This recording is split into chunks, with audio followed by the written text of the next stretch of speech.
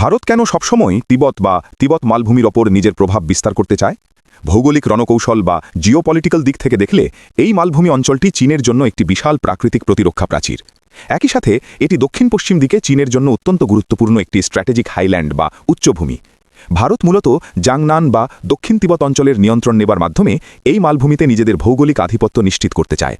যদি ভারত একবার এখানে সফলভাবে নিজের অবস্থান শক্ত করতে পারে, তবে সেটি চীনের কৌশলগত গভীরতাকে কমিয়ে দেবে এবং চীনের সীমান্ত নিরাপত্তাকে সরাসরি হুমকির মুখে ফেলবে। এই জাংনান অঞ্চলটি কেবল সম্পদে ভরপুর নয়, বরং এটি তিব্বত মালভূমিতে প্রবেশের জন্য একটি গুরুত্বপূর্ণ স্প্রিংবোর্ড বা ধাপ হিসেবে কাজ করে।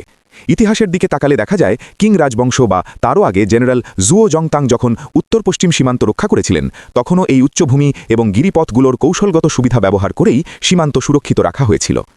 এই 3D মানচিত্রের দিকে তাকালে আপনি স্পষ্ট দেখতে পাবেন কিভাবে মালভূমি, গভীর গিরিখাত এবং পাহাড়ের শৈলশিরাগুলো একে অপরের সাথে মিশে আছে।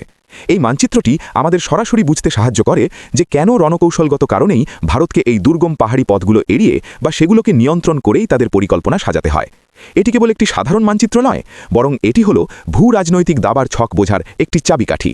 কেন এই উচ্চভূমি দখল নিয়ে এত লড়াই, তা এই 3D ভিউ থেকে একদম পরিষ্কার হয়ে